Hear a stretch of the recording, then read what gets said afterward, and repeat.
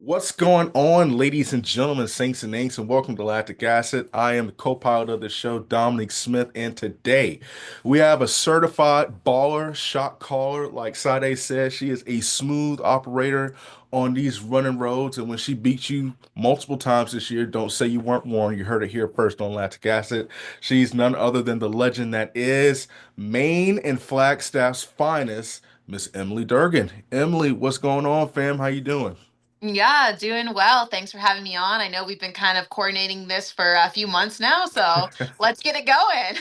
Oh man, I mean, there were great reasons why they had to be coordinated. Yeah. I mean, the holidays and all other sorts of stuff. How was your holidays, by the way? How was the holidays for you? Yeah, they were nice. So, like you said, I'm from Maine, so I went back east for Thanksgiving, which was really nice. I ran the Manchester Road Race to end my 2024 racing season, and then spent like a good 10 days out on the East Coast. So then for Christmas, my parents actually came out to Flagstaff, which was super nice. I didn't have to travel. We kind of just hung out here in town, and yeah, it was really nice to have them come here and kind of have a low-key Christmas. Life is always great when you don't have to leave your house for the I agree. holidays, Yes. especially in these airports and everything. So, listen, I'm with it. So, we usually start the show off a little differently, and you are no exception to the rule. So, with it being the new year brings on new beginnings. And so, one thing that has not changed is how awesome you are and how much everybody is trying to get on your level and how much they realizing that they can't do that. So, a few things are going to be done to celebrate your awesomeness. The first thing, I started this last year and I have to bring it to 2025. When people do something lit, something legit, they Hmm. get put on a Wheaties box. But Hmm. because your awesomeness transcends that healthy cereal, as some would call it, there are many companies fighting for you to be on their cereal box, but you get the chance to choose what cereal box you would like to be featured on for your accomplishment. So that's the first thing that's going to be done for you. Okay. The second thing is you can roll in any establishment in this great land of ours, and they have to whip up a gourmet meal that is custom made by you. So it is whatever you want, however you want it made. It does not matter. Served with either a nice frosty beer or a glass of wine. Lastly, you get a chance to go to any, actually, better yet, they're going to make a movie about how awesome you are just to give the kids something to look forward to when they're, reach that level of greatness. You get a chance to pick the actress that you want to play your character. So Okay. we need cereal box, meal, actress to play you in a movie. All right. So probably would have to go for cereal, Reese's Puffs. There you go. Yeah, that'd be a great one. A little bit of chocolate, peanut butter, can't go wrong. And then for a meal, I'm going with like a nice filet with a twice baked potato and then some type of veg on the side, asparagus, roasted carrots, something like that. Good comfort meal. Okay, I see And then you. and then a glass of Pinot Noir. That is my go-to drink of choice, or tequila. But with that meal, a nice Pinot would taste great. Or And both. then for yeah, or both. And then for an actress, well, I have to go with just since I was a kid, everyone told me that I look like Sandra Bullock. So why not have her play me? That is a dead on comparison. Oh my Lord. Whoever told you that knows what they're doing. You do. You are like a clone. She's just not as fast as you are. Yeah. But, oh man. Usually I argue tooth and nail with people about their food choices because it doesn't Hmm. please my palate. But Got it. everything you said, I just have to say, church just has to say amen to that. Oh my gosh. Is Reese's, would you rate that as the best cereal? I mean, I don't really know why I picked that because I like can't even remember the last time I had Reese's Puffs, but that was definitely like as a child, like my favorite, like I don't know, like unhealthy cereal, right? Like if my parents were gonna let us pick something, I feel like it was that or Cookie Crisp. Like me and my brother would always like pick Cookie Crisp and Yeah, Reese Puffs. So that's like what it like the first thing that came to my mind, like my favorite childhood memory.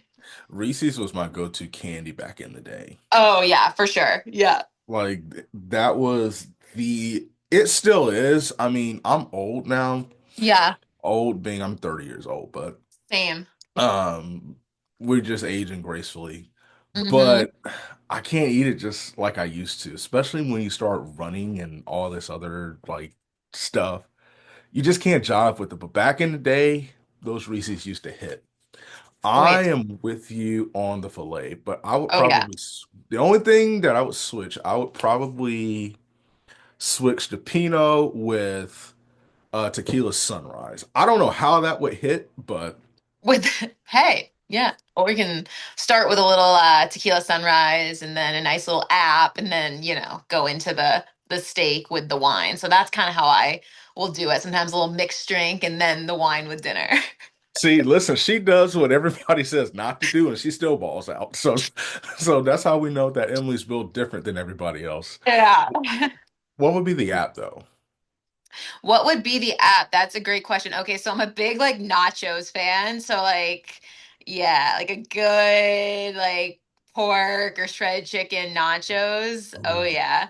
But that sometimes I get that and then I can't eat my whole meal. So that's an issue. Buffalo chicken dip, anything like along those lines. Oh my gosh. I don't even care how that would pair with a steak. That sounds like, oh man, you get toasted on tequila sunrise and And carnitas nachos. yeah, there we And, and then go. they're like, oh, let me get that filet real quick. Oh man. I've never heard of a twice baked potato before. Oh, yeah, they're really good. You kind of like it's like you like bake the potato and then they like scoop out the insides and then like mix it with like butter, sour cream, cheese, and they put it back in the skins and then bake it again.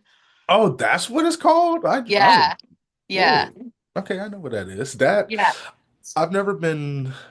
I need to try that because there's a few ways you can mess that up now. But I'll be honest, now I'm thinking about carnitas, shredded Nachos. chicken nachos Yeah. with jalapenos and Oh, buffalo. yeah. Listen, I just had buffalo chicken dip for the first time about a year ago, Really? and Yeah. it's different. Yeah. It's got It to be done is right though. Yeah.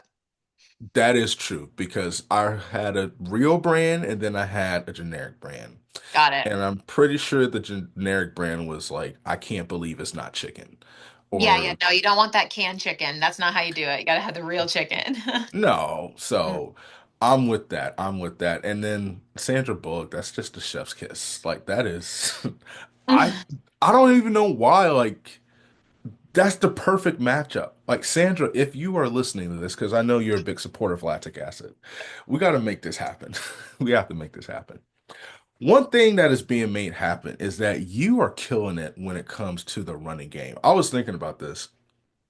You came down here last year for the trial. Well, down here, I live in Orlando. Yeah. Um, you came down here for the trials, marathon trials, and you balled out. You have more range than Steph Curry shooting threes when it comes to running because you kill it on the track like with all the Ks, 10Ks, and then you get the roads and then you start winning all these championships and medaling and now you're in the marathon and you actually have like the potential to be like a sub 220 marathoner easily because you haven't done it that long. You're still kind of getting into the groove of it. How much fun are you having just with this whole running gig? Yeah, yeah, for sure. I try to remember to reflect on that, right? Because my career was a little unconventional than others. I didn't have this like standout college career. I wasn't a top recruit.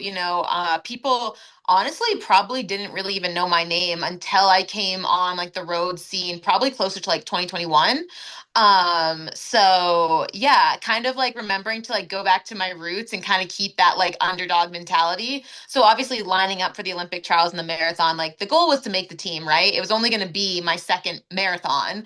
But I also have this like crazy self-belief, right? So I think that that's like what's so exciting and so fun is like I truly believe I can do these awesome great things like running sub 220, like that doesn't scare me. Like I find that to be like very achievable, and look forward to just getting to know the distance more, so that I can kind of attack that goal and be ready to do it.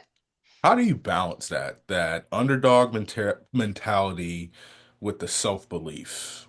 Like Yeah. that seems like because it's one I was thinking about it of just you listen to sports and everything. Yeah. Everybody's like, oh, nobody gave me a shot. But at the same time, when you accomplish something that's meant for you, you don't want somebody's doubt living rent-free in your head. You want it to be because of what you accomplished, what you believe. How do you balance that? Yeah, that's a great question. I mean, I think the biggest thing is like showing when you show up, especially now, right? There's all these like, I mean, younger people that like show up to the line, and I just like I never poo-poo an athlete, right? Like I every race that I show up to, like it can be anyone's day. Like so I think that that's a big thing is like you always have to go in ready. Like no race is going to be easily won, and just because on paper maybe your time is faster than somebody else's like doesn't mean that they're not going to give you a great run. So yeah, I think just like staying humble but staying hungry, like that's like the biggest thing in this sport. So yeah, I guess that's how I balance it, but also I think it is challenging once you get up to the marathon and all that, especially with these majors. I ran into that issue a bit when I debuted in New York. There's a lot of like pressure that, not pressure, but like hype that goes into these major marathons. And it's a little bit different than the 10Ks and all that because you're running lots of them. So I think in my head, if like, oh, if this one doesn't go great, I have another one in a couple weeks. Whereas these marathons, you're training 12, 15 weeks for them. So yeah, I think that like I'm going to have to figure out how to do a better job of balancing that and just kind of like staying true to myself, right? And treating it like any other race, versus this like big crazy thing that we've been training, yeah, 3 months for. Is it like hard when you're trying to balance that to fall Hmm. into the comparison culture? Because you try to stay true to like what you know and everything, but with the hype brings comparison. You know, just being in the media, just being a journalist in the sport, I understand it because people always want to talk about matchups and how does this person match up, but we all know we saw it in Orlando last year, Right. almost a year ago. Nobody had Fiona O'Keefe, No. coming out there and winning. Nobody, had, what happened to happen. So how do Mhm. you avoid that and stay true to what you know and what you know you can do? Again, yeah, it goes back to like, yeah, not playing the comparison game, which is super hard this day and age, right? There's so much social media, there's Strava, there's people posting their workouts leading up to these big races where they did 24 miles in 550. Like I could like that's just would be impossible to do where I live. Like I don't know Oh where my in God. Flagstaff you would try like where you would get like a road nice enough to do that. So it's challenging in that aspect, but then again you have to go back to like believing in what you're doing. And for me, like I find that like I haven't been able to run the crazy high mileage, so I kind of like to keep my intensity up but my volume down. And I think that like I need to stay true to that, right? Because if I try to add in too much volume, that's kind of where my body breaks. Whereas there's different athletes that they do great with that high volume, but maybe they're not smashing mile repeats, right? They're doing more of these like longer steady states. And it's just funny because there's just so many different ways that you can like get the same result, if that makes sense. Yeah. So I think that that's just something that I'm slowly learning, especially when it comes to the marathon. I think it's a little bit easier in like the 10K down, even the half marathon down. It's pretty like cut and dry, right? Like what kind of workouts are going to lead you to run whatever, sub 15, sub 31. I don't know. Like I just think that there's not as many different ways to do it. Whereas the marathon, yeah, it's just, I feel like there's just so many different approaches you can take. Where do you find your joy when it comes to running? Like, where's that? I know you've been doing it for a long time. You've been balling out. Heck, when I was at UCF, you were killing us, which is not fair, but Yes, yes, um yeah, it was a long time ago. Yeah. oh, The don't tell me American. that. The American. Yeah. The AAC. Oh my gosh. Yeah. Was that the year before yeah, that was before we proclaimed ourselves the national champions. Yep. That was actually when we went 0 and 12. But it's just a track record since you've been in high school and college, and you say like you weren't the standout, but I mean you were whooping people in college. So let's not get it tw like twisted. You were balling as a Yukon Husky. How has that joy maintained from the moment you started running, or how has it intensified and become a greater source for your running? Yeah, that's a great question. Again, like I started in the sport when I was young. I think I was in the third or the fourth grade, just doing summer track. And honestly, the reason I did it was because all of my neighborhood friends were doing it. So again, it's just bringing it back. Like my biggest thing is this community. Like all of my like closest friends, right? Like my best friends now that I'm an adult are the ones that I met at UConn that we ran together. And obviously like most of them have like gone off and they're have their own careers and they're married and have their own families, so like they're not in the same world I'm in now, but like that's like what brought us all together. And being here in Flagstaff, it's the community that I built around the running world is what brings me so much joy. So I think at the end of the day it's the people. Like you go to a road race, you know, you're never going to meet better people than the people that are at a road race, like especially just the people that are there truly because they love the sport and they have trained and they're coming to run the Beach to Beacon, right, in Maine. And they're like training for this all year, and then they get there, they're just so excited to finally be there and race. Like I try to like keep that same mentality. Yeah, because they're doing it, they're paying to do it, right? It's not Yes. their job. Like that's how much they love it. So yeah, I feel like the community in the running world is what brings me the most joy. I just started running Hmm. out of peer pressure, and I've run a few races, Hmm. three to be exact. Didn't nobody tell me how much these cost? Oh, Like, true. They're expensive. Yeah. oh my Yeah. gosh, like it is.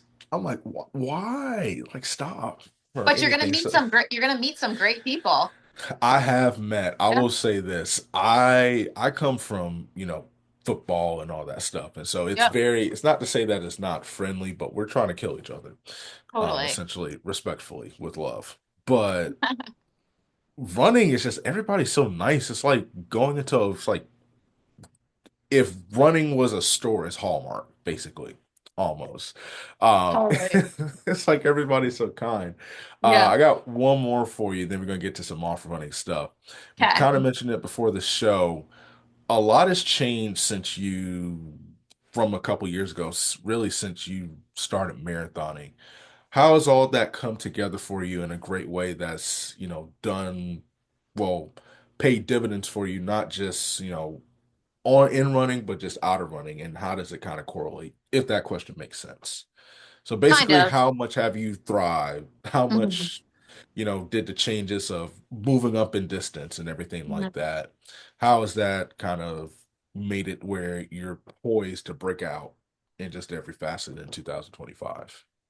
Yeah, so I think that like the biggest thing, right, is I think my last kind of like not that I'm saying I'm never gonna go back to the track, but like removing myself from that track mentality and starting every year with, okay, this is the standard, we're chasing the standard to then go to USA's and try to come in top three to make a team. Like that's very much like a track mindset, and I really enjoyed doing that while I was doing it. And I ran some great PRs in the 10K and got, to learn how to race. But I think the shift happened probably in, like I was saying, in 2021 when I came in second to Sarah Hall at Peachtree Road Race, my first race as an Adidas athlete.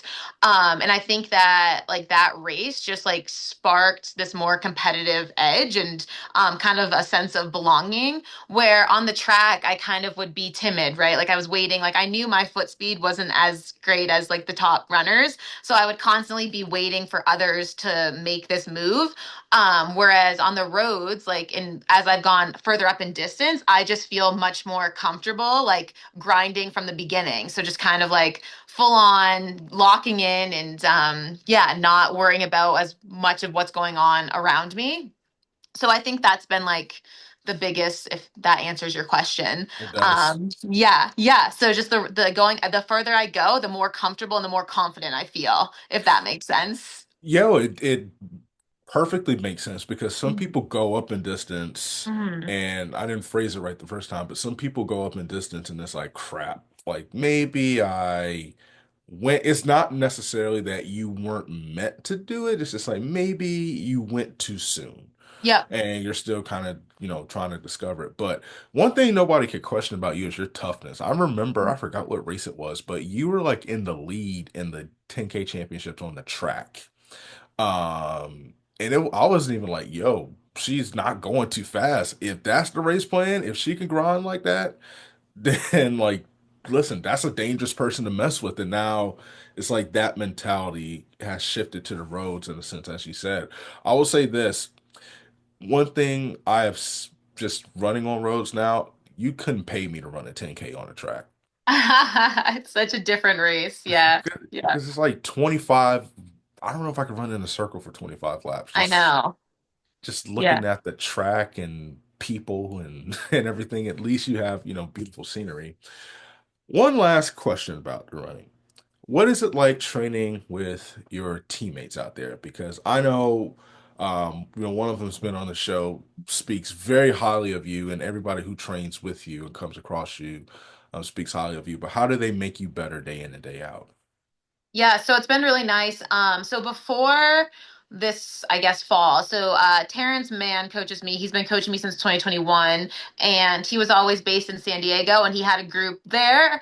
So I kind of would do a bit of kind of like hop around to different groups, if that makes sense. So Yeah. when my direct Adidas training partners, Katie and Taryn, were in town or I was in San Diego, it was always super exciting because a lot of the time I was, huh, that's funny. Katie's just texted me, her little thing popped up. But so, yeah, so the shift this fall, like having them based here, has been super awesome and motivating because we can help each other, especially with Katie moving up to the longer stuff. It's been great for her to do some of these longer tempos with me, do some of these mile repeats, and then vice versa. Like when we do faster, speedy stuff, her and Taryn are still 15, 5K strong. So that's only going to help me with my turnover. And that's probably why, yeah, I probably need to touch a bit more on that speed. I've let it go since the marathon. So now that they're in town, it will force me to do some 400 repeats with them, or just even strides, right? Like just doing Yeah. strides with Taryn. It just, I mean, obviously, yeah, she's going to be in front of me, but it just like helps my cadence. I see like how quickly she's turning over. And yeah, even like once a week, if we're just doing some 100-meter strides, like it's making me better. So long-winded question to that, having direct training partners every day, 100% makes you better. And it just makes the whole journey and process so much more enjoyable because you kind of are aware, not kind of, you are aware of each other's goals and you're kind of reaching those goals together. You and I have something in common that I just found out. Outside of being 30, um, you and I both majored in journalism. Yes, I did. Now, I know you have gone off the path of that, and now you're, For now. for now. But what is it about journalism that you like that you wanted to major in it? So I kind of did a few things. Well, first of all, the sports broadcasting was really what I wanted to do and really what I focused on at UConn. So basically being able to be like a sideline reporter and kind of getting those quick questions and learning how to like tweet live games and all that just sparked my interest. And even now, like seeing what Kara Goucher's doing and Carrie, I would love to, after my career's done, be one of them, and kind of, yeah, so I don't really know exactly what sparked my interest. I mean, talking to people and getting to know other people's stories, that's probably the biggest reason why I enjoyed it. So yeah, what about you? Kind of the same thing. My Yeah. mom was a journalist in the late 70s, which Oh, was wow. it was kind of rare for women and then like black women to Mhm. be in the field. So she kind of broke through where that's concerned. And I've always loved it. I love telling people stories. I loved hearing people's stories. Yeah. Um, and then realized I hate covering politics and all that stuff. And then found a home in sports, covered college football, then found a home in running. You have the demeanor and like the skill set to be like a legit sideline like track and field reporter, like live tweeting, sitting on the back of Mhm. the TV truck, Yep. just kind of calling it. And I think for track, well, specifically track and running, it's so hard for people to understand what's going on. I didn't know how fast y'all were until I saw it firsthand last February. Like you don't know how fast like a 5:30 mile is at mile 17 or whatever the case might be. It just puts Right. everything in perspective. And sometimes it's hard for people to understand that when you're watching because if you've never done it, you don't really understand it. You can just say, go faster. Why'd you do this? Why'd you do that? And I think that's the unique thing about people like Kerry Tolson and Hmm. people like Kara Goucher. Hmm. There's a unique way, they have a unique ability to take what is happening. I always say to take pain and make you feel it. I feel like you kind Yeah. of fit in that mold with how just you explain some things in the questions that I asked you. So whenever you retire, I think you're about to take the game over where that's concerned. Yeah, that's a really great point you make is their ability to kind of voice the feelings and what's happening. And again, I think obviously both of them being in the sport and racing at the high level for as long as they did is a valuable to being able to share that story. So yeah, yeah. What are three things that people don't know? Fun facts. Hmm. Three fun facts that people don't know about the legend that is Sister Emily Durgin. Three. So basically, three flat facts that people don't know about me. Yep, three fun facts. Three Whatever fun you facts. want them. Well, I grew up before I was a runner. I was a competitive dancer. So I spent, gosh, basically 5 days a week in the dance studio, doing everything from point to tap to jazz to lyric. Yeah, that was my life until I went to high school. So that is one. I mean, the second is I was also on the swim team. I never ran indoor track. I was a swimmer. So that's kind of interesting. People think that, in high school that most athletes they run year round, but I would always take the winters off. And then the third one is so I grew up in Maine and we're really big snowmobilers. So ever since I was a baby, I'd be like in the front of my dad's snowmobile and we would go on long trips. Like we would go to Canada, we would go up to Jackman into northern Maine. So I put on the miles on the snowmobile. Literally probably since the day I was born. And even now, like I'll head back home for my cousin's wedding here in a few weeks and we'll definitely get out on the trails at least once while I'm home, as long as we have some snow. That is crazy. Okay, maybe it's me. You can correct me if I'm wrong. Mhm. Snowmobiling is really hard. Yeah, it's tiring. Okay, Yeah. okay. So I went on a senior ski trip back in the Yeah. day, um, in Breckenridge, Colorado, Hmm. and we went snowmobiling up a mountain. Yep. And I may or may not have gone to the top, lost consciousness of where I was, and crashed the snowmobile. Oh, oh gosh, that is scary. Everything. They're also very dangerous. Snowmobiling, it is a very dangerous sport for sure. Yeah, And I was like, God, this is hard. And then like when I flipped over, I just saw the snowmobile like going like this. And rolling. I was like, how the Yeah, frick do people do this? yeah. Like, I don't know. So that is impressive that you've been able to handle business as a baby. Random, random questions. Shout out to Mhm. Emily's dog because I know what you say. no, it's honestly, I love having dogs on the show. This is not the first one. So I added to the collection of dogs that come because they're a part of the show. So we love Brother Man there. He's gone. He Uh just took his Grinch, so he should be okay for another little bit. um tell me, I keep seeing all these pictures. What are these farmers markets in Flagstaff like? Because every picture I see, it looks like it's freaking Stars Hollow. Basically everybody walking through, just like enjoying the world. Yeah, yeah. So they're over for the season now. The dates that they run, that's a great question. Probably starts around May and they run all the way through like October, honestly, even later. So a big thing is we, especially like in the summer, the spring months, we like to go like straight from our long runs because they're on Sunday. So we'll finish our long run and we'll go straight to the farmers market. So there's a few different things. You can get your fresh produce. They have fun things like Winston, he likes these like deer antlers that I get him there. They have like there's like these like this really good lemonade mint drink. Some people like to get the burritos. They have good avocado toast. It's basically just this massive farmers market in Flagstaff. Yeah. That's that's crazy because we have a big one down here at Lake Yeah. Eola, but that's every Sunday. I didn't realize it was seasonal out there. It is. Yeah, it's seasonal. I mean, it runs pretty late. It probably starts earlier and ends later than I'm saying, but like in my mind, it's typically always like May to like October. How important is it for you to like relax and do stuff like that to get away from just sports in general? Yeah, honestly, as I've gotten older, I've actually gotten better at it. I think a big thing is especially now that I've committed. So I just re-signed with Adidas and kind of like, all right, I'm gonna run through the next Olympic trials.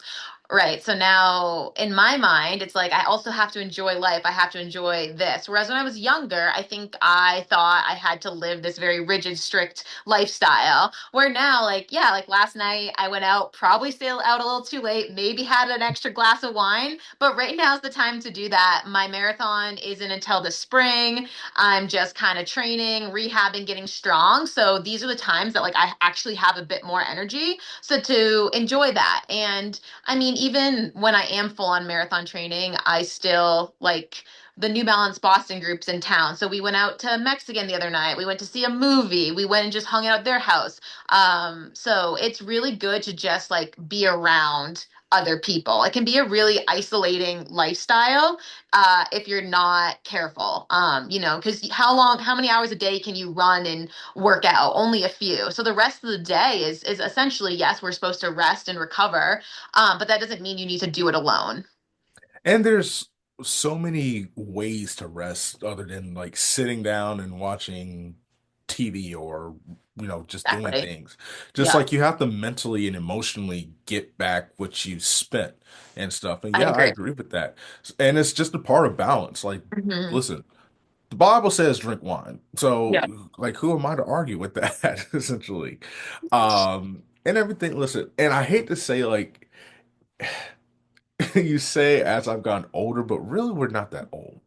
That's Yeah, just that's we true. that's like I hate that. Like I feel old or whatever the case might be, but it's like I don't know, I guess 30 is the new I don't know, 30 is the new 22.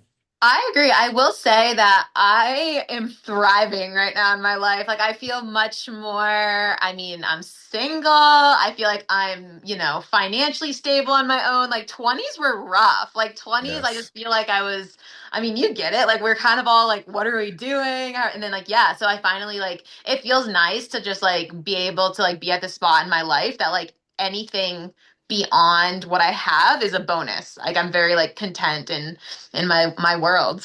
That is so true. Like when Yeah. I turned 30, it was like a switch flip. Yeah. Like I can't explain it. There were certain things I did in my late 20s that I'm glad that it hit me. Like I love traveling. I have friends that live all across the country, so it's like, okay, go see them. One of my Right. close friends lives in Nashville. Her and her mom own a charcuterie board restaurant or whatever the case might be. So it's like you go see them, and you have friends at various places. So I'm like, I'm glad I got that then. But then my birthday's on April 14th, and I'm telling you, at 12 a.m. that day, something like changed when I turned 30. And I feel like it's your perspective changes. 100%. And you just stop caring as much about the little things. Like I think I used to get wrapped up so much in like very like small things in life. And I'm definitely type A and I like things done a certain way, but I've been able to let go of a lot of things that I can't control. When I was in my 20s, I just was trying to control everything and everyone. I feel that. It's honestly, if you're type A, it's like Yeah. at 20 in your 20s, you're uppercase A, and then you go to like A minus, lowercase a, like Yeah. when you turn 30 or whatever the case might be. Because I don't want to say you stop caring, but the opinion of others starts to matter a Less. little Yeah. less. And I then you love could it. actually enjoy like your blessings and the things around you, and you can kind of see your potential. So for anybody who is young, who's dreading turning 30, you need to get excited. This is just your wisdom from Emily and Dom to kick off 2025 that you didn't know you needed, but you need it for your daily life. Love Let it. me ask you this one thing. We're going to play Would You Rather, then we're going to get on up out of here. Okay. What can we expect from the GOAT in 2025? So 2025 is all about nailing this marathon. Like I'm committed to figuring it out. I haven't yet really chased a fast marathon. I feel like I know the distance a bit more, but I want to go after a quicker time and yeah, see what I can do. So I'm kind of putting my mindset on that and it being like a fun year, right? So it's just like what like why not kind of see what I can do and have fun with it. What are you looking forward to the most about this upcoming marathon? What am I looking to forward to most? I think that there's just no pressure on it. Whereas last year I ended up only running one marathon. I think if you talk to any of us last year leading into the trials, well, it was honestly about like 2 years ago now, because there's just so much build up to that February race. And it was just, yeah, it was a lot. And I mean, maybe some of those women were running freely, but it just felt like very like yeah, kind of just like not free. Yes. very, very much like even like the way that the course was, right? It's like we were like trapped. Like everything just felt like very trapped in and it was yeah, we were all there and we were all like you could just even like within the race, like you could feel that tension, right? And as people dropped out and as like people made move, it was just the whole race was just full of angst. Yeah. So we all and you know it's great it was a great learning but that's the Olympic trials, right? That is on the track that is the Olympic trials, so great experience. I learned a ton from it, but this year I'm really excited to just running a marathon freely and just not having any weight of the race, just being there and being able to see what I can do. I have never here, and this is the weird thing, Emily. I kid you not. I was on the media. I'm in the media, so I'm in the media tent and I'm following. I've never been more stressed out, and I'm Then covering that a then thing that day yeah. than that day, and I'm running. Like, here's the thing. I live in Orlando. I remember Yeah. when the course came out. I was like, let's just Mhm. drive the course to see. It felt like Eminem's Lose Yourself. Like your palms are sweaty, knees weak, arms are heavy, vomit on your sweat already, mom's spaghetti. Like everybody's tripping about the weather. Oh my gosh. Everybody's like, and then it was good to start, and then the Mhm. clouds moved, and then the sun came out, Yeah. and people were dropping out. There's 100,000 people in Orlando cheering. Yeah. And yeah, you can't move. Like I remember I got there and the police was like, "You're gonna have to wait." I had to wait just to get to the media tent. I'm like, Hmm. God, like God forbid these runners like go a little bit to the left. Like you feel trapped, and there Yeah. is so much pressure because everything is geared like for this one moment. So I know y'all had to be exhausted when that thing was over. 100%. Yes. Oh my Yeah. gosh, I just Mhm. may had to have cracked a tequila sunrise on the course just to like ease the tension and everything. That was honestly, that was the one thing I felt so bad. I'm like, yo, it was really the night before, just after all the interviews and all that stuff. I'm like, yo, like this is kind of crazy. Like I can't imagine. I don't know how you sleep before. Yeah. But it's over, and like you said, it gives you the freedom to chase new things and then fully be yourself. Now, to end this Would You Rather, I've never done Would You Rather, but it was actually Katie Izzo who came on the show and had a book, if I'm not mistaken, of Would You Rather questions that Oh, that's she fun. threw at me. So I'm going to throw a few at you, and then you're going to throw a couple at me. Okay. So I'll start with the first two, and then you ring off two more. Perfect. Um, and we will see We'll see how bad it is. So I found something.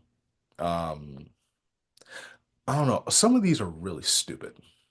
So I'll start with the easy one.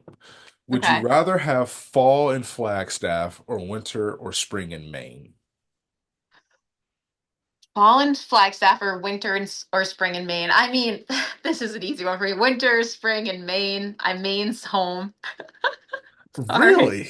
Yeah, I know Flagstaff's beautiful and it's sunny, but there's just something about like, yeah, home's gonna always be home. Okay.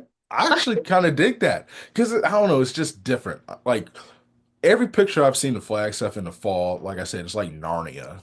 Oh, it's Um, beautiful. Yeah, the weather's great. It's sunny every day. Yeah, but it's when you're great. with your family, you're with what's familiar. Like I get it. I get Totally. it. So I'm Sure. not clowning that answer. All right, let me get you one more and then you could ask me a couple. Would you Okay. rather have a personal theme song that plays wherever you go or a laugh track for your life's moments, even the serious ones? So, wherever I go, Yeah. and then the second one was just like A mo laugh track for your life's moments, even the serious ones. even I think the second, the tracks. Really? Yeah, that'd be annoying to have something everywhere I go. That'd be like a yeah, I don't know.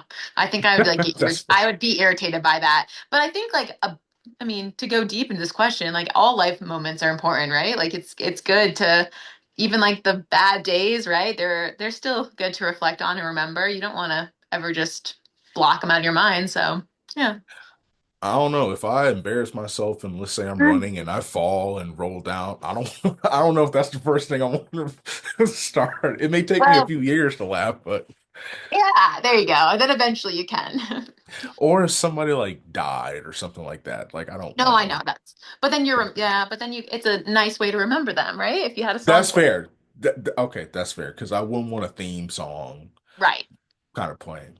All right, what did you think of? Oh my gosh, yeah. So you were cheating and you had them already figured out. So, I all didn't. Okay, in all, yeah, I'm not even gonna lie to you. Yeah, I can't even. right, I know one. Would you rather where you live right now, you can never leave again. You had to stay there every single day, or have to go on a flight once a week for the rest of your life to somewhere new. Go on a flight once a week for the rest of my life. Really? Okay. Yeah, I mean, it's hot in Orlando. Like it's like, yeah, I'm trying to get out. But Or every single week, fly somewhere new. how long am I gone for? Well, it's quick because you have to come back and go again. Dang, man. It's a lot of travel. Gosh, Lee. Or I'm you gonna could stick. never leave Orlando. I am gonna roll with the. Oh, Wow, that's a really good question. So I'm gonna go with the first answer. I don't know how I came up with that. I just thought about That's that. that's a really good question. Oh my goodness gracious, that got me. Journalism, right? That's how I come up with Journalism. news. Listen, that's why Okay. she's gonna win a Pulitzer. Yeah, exactly. All right, my second, I know sometimes there are always like these like I'm blanking on like well-known ones, right? That people always ask. But I can't even think of those. Let's see here. One more. One more. Hmm. I guess I could do like a food thing. Like, are you a coffee drinker? Absolutely not. No coffee, okay, so that's hard. Oh, here's one. Okay, this is a good one. You'd have to eat takeout every single day for the rest of your life, or you have to cook at home every single night, but you could have any ingredients you want. And it was like what it would be sent to you every single day. Like, you know what I mean? Like all endless Oh, ingredients. I'm cooking 100%. Okay, In my spare time, I'm a chef. At least got I it. like I to. didn't know that about you. Yeah, or yeah. I probably would go the takeout route. That is fair. Okay, but here's the thing. You run, so I Yeah. understand that. Yeah. Sometimes you are tired. Yeah, and it's just so time consuming to clean and all kinds of that. Yeah.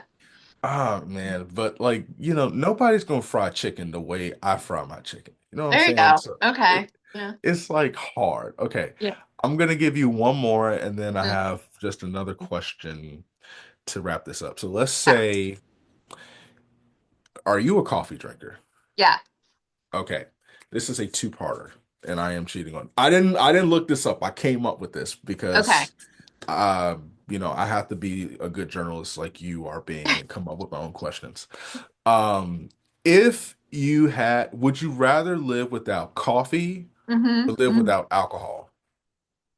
Oh, probably alcohol. Yeah. I think I could go without alcohol, but coffee, like no, like that is my morning routine. Like I make my coffee, I sit in bed, and yeah, I that's that. I'm a big morning person, right? Okay.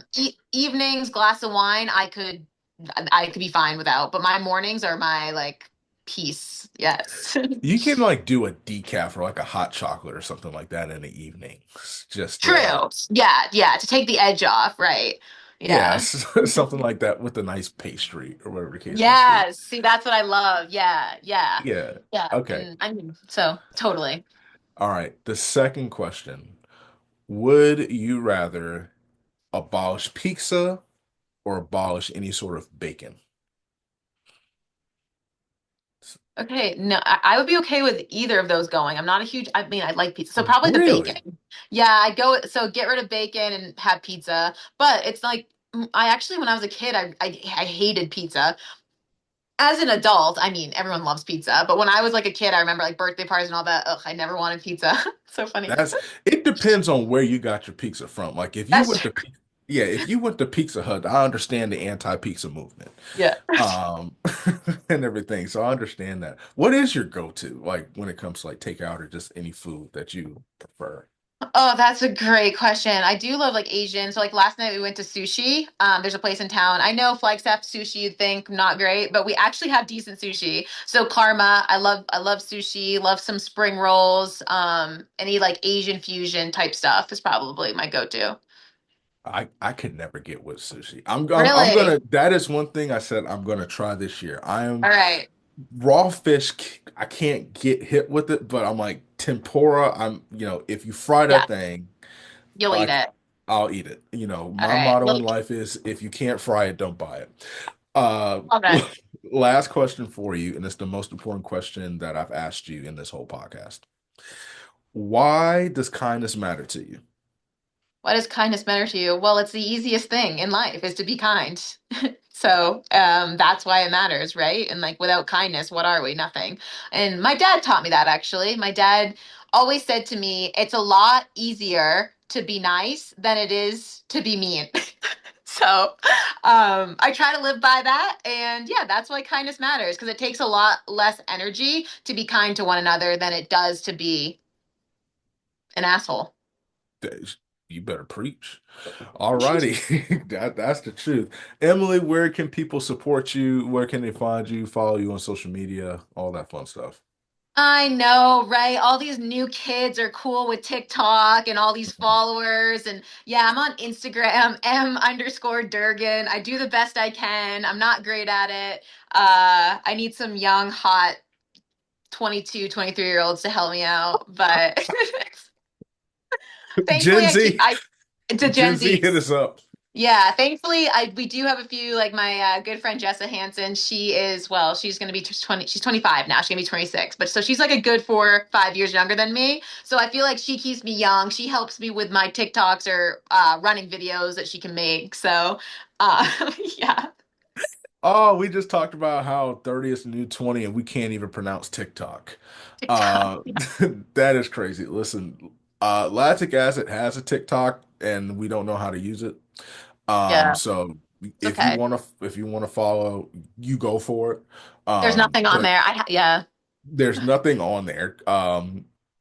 From two older millennials, read a book, go to a movie theater, eat you a piece of chicken, a glass of wine. It's better than TikTok, basically. Agreed. That's all we're Agreed. saying. You're gonna watch Emily ball out. If you follow her, she's gonna do some big things in 2025. Appreciate you coming on the show. Love, peace, and chicken grease, and we'll catch you all next time.